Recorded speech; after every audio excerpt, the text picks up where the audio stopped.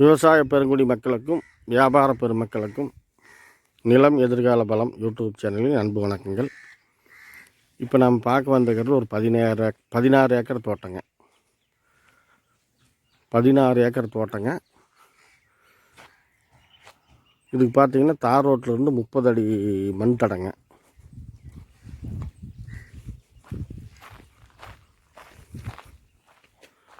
தார் ரோட்லேருந்து ஒரு 30 அடி மண் தடத்தில் ஒரு 400 அடி 500 அடி தூரத்துக்கு போகணுங்க.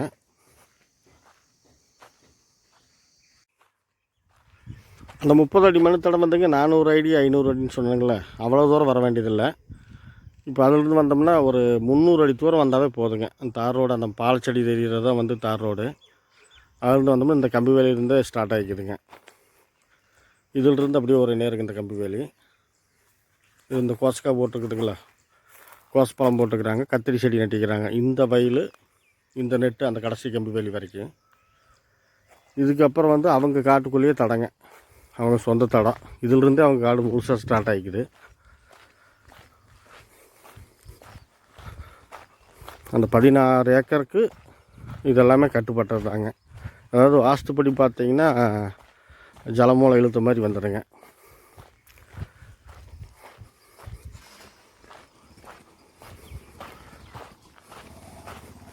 இதெல்லாம் உள்பட, இந்த தடம் உள்பட இந்த தென்னை மரமெல்லாம் சேர்ந்தது தாங்க.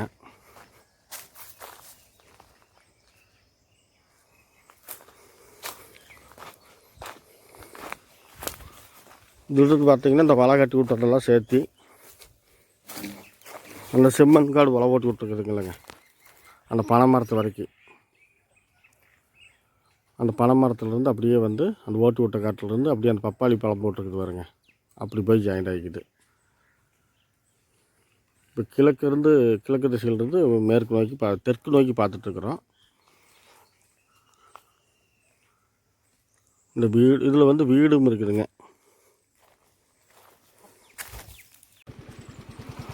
இப்போ நீங்கள் பார்த்துட்டு இருக்கிற வீடு இதுக்கு சேர்ந்தது தாங்க.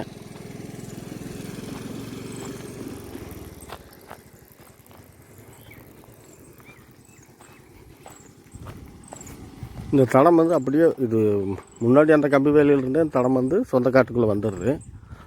இது காடு கடைசி வரைக்குமே தடம் போகுதுங்க.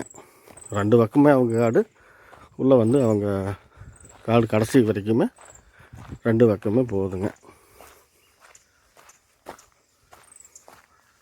இதில் வந்து 2 கிணறு, போர் சர்வீஸு எல்லா வசதி வாய்ப்பும் இருக்குது. தண்ணி ஏரியா தான், தண்ணிக்கு எந்த பஞ்சமும் இல்லை.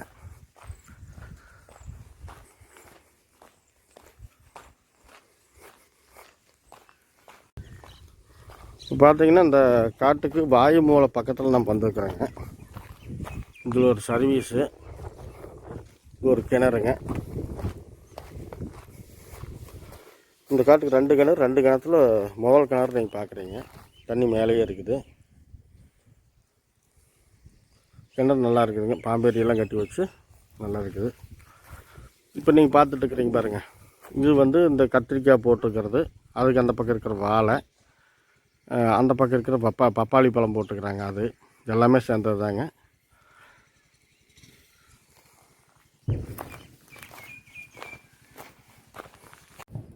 இந்த தடம் பார்த்திங்கன்னா 2 பக்கம் இவங்க காடு தான். கடைசி வரைக்கும் வந்து அந்த வாழை தெரியுதுங்களா, கடைசி வரைக்கும் போய் அந்த கிணத்துக்கும் போகுது. நான் உங்களுக்கு அந்த கடைசியில் போய் மறுபடியும் விளக்க சொல்கிறேன். அதுக்கு முன்னாடி வந்து இந்த நிலம் தோட்டம் எங்கே அமைஞ்சிருக்குன்னு பார்த்தீங்கன்னா ஈரோடு மாவட்டம் அந்தியூர் வட்டம் குருரெட்டியூர் ஏரியாவில் அமைஞ்சிருக்குதுங்க. பாருங்க, ஒரு பகுதியில் வந்து பப்பாளி பழம் போட்டுக்கிறாங்க, ஒரு பகுதியில் கத்திரிக்காய், கோசப்பழம் இதெல்லாம் போட்டுக்கிறாங்க, மீதி வந்து வாழை போட்டுக்கிறாங்க.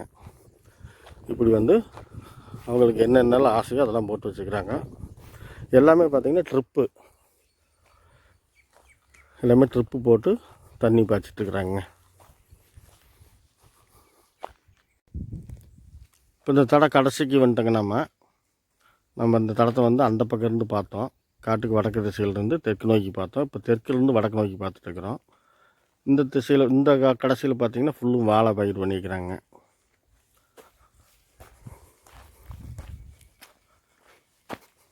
காட்டுக்கு வந்து எல்லா பக்கமும் போயிட்டு வர மாதிரி தடை வசதி போட்டிருக்கிறாங்க. நாளைக்கு வாழையெல்லாம் அறுவடைக்கு வரும்போது லாரியெல்லாம் உள்ளுட்டே லோடு ஏற்றிக்கிற மாதிரி தடை வசதி பண்ணி வச்சுக்கிறாங்க. தென்னை மரம் பார்த்திங்கன்னாங்க மொத்தமே வந்து ஒரு 30 மரக்குள்ளே தான் வரும். 30 to 30 மரம் தான் வருங்க. பெருசாக தென்னை மரம் வைக்கலவங்க.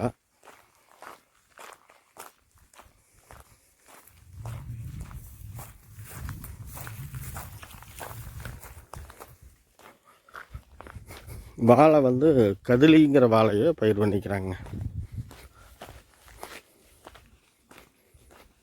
மண் பார்த்திங்கன்னா இந்த களிமண்ணோட சேர்ந்த மகிழி மண்ணுங்க. செம்மண் இல்லை, களிமண்ணோட சேர்ந்த மகிழி மண். விவசாயத்துக்கு உகந்த மண் தான். இந்த காட்டுக்கு மேற்கு திசைக்கு கடைசி பொலிக்கு வந்துட்டேங்க. இப்போ நீங்கள் இந்த பார்த்துக்கிறீங்க மலை வேம்பு வச்சுக்கிறது, இது அடுத்தவங்க பூமி. நம்மளுக்கு இந்த பாலையோடு முடிஞ்சிருந்து வரப்போட இந்த காட்டுக்கு உண்டான குபேரமலை பார்க்க தான் வந்தோம். அதை பார்த்துட்டு போயிடுவோம்.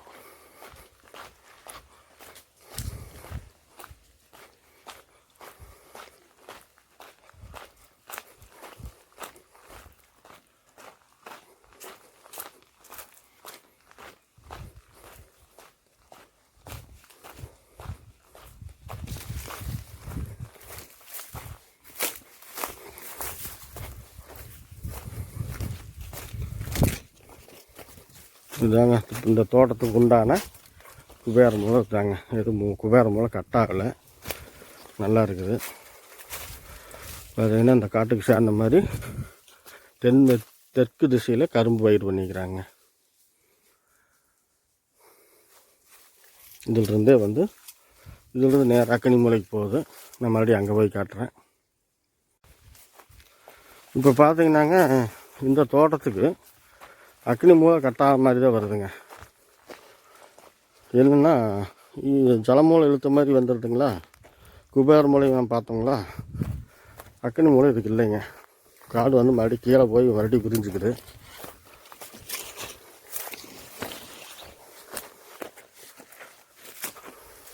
பார்த்தீங்கன்னா இங்கேருந்து அந்த வாழை தெரியுது பாருங்க, அது இதுக்கு சேர்ந்தது தான், அந்த பெரிய வாழை. அதனால் வந்து அக்னி மூலம் இந்த ஏரியாவில் வரணும். இது வேறு பக்கத்து காடு, இது வேறு காடுங்க. இதுதான் நம்ம அங்கேருந்து வந்தோம். இந்த வாழையிலிருந்து இந்த காட்டுக்கு உண்டான 2வது கிணறு பார்க்க போகிறோங்க.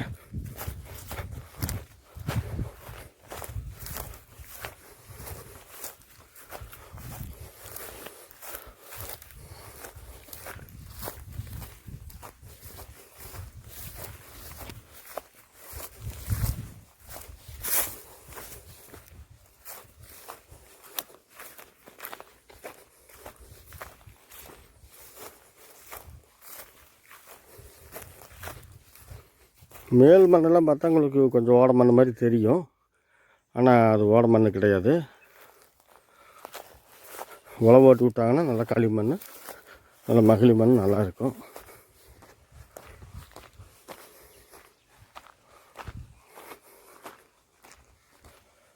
இப்போ நம்ம 2வது கிணறு பார்க்குறேங்க. இதுக்கு உண்டான சர்வீஸு, அங்கே ஒரு சர்வீஸ் பார்த்தீங்க, இது ஒரு சர்வீஸு.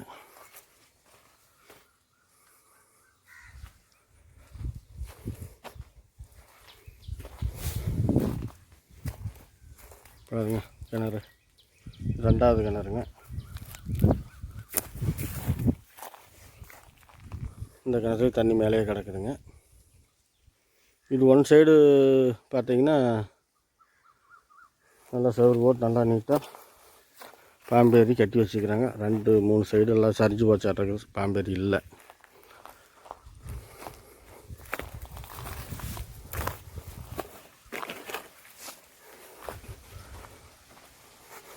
இந்த காடு வந்து இதிலிருந்து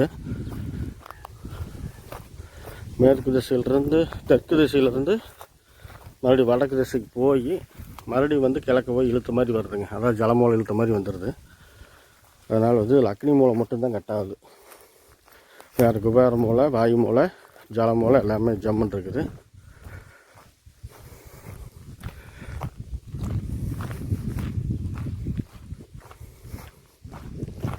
எல்லா பக்கமே காட்டுக்கு அந்த 16 ஏக்கருக்கு உள்ளே போக்குவரத்துக்கு எல்லாம் தட வசதி நல்லா பண்ணி வச்சுக்கிறாங்க.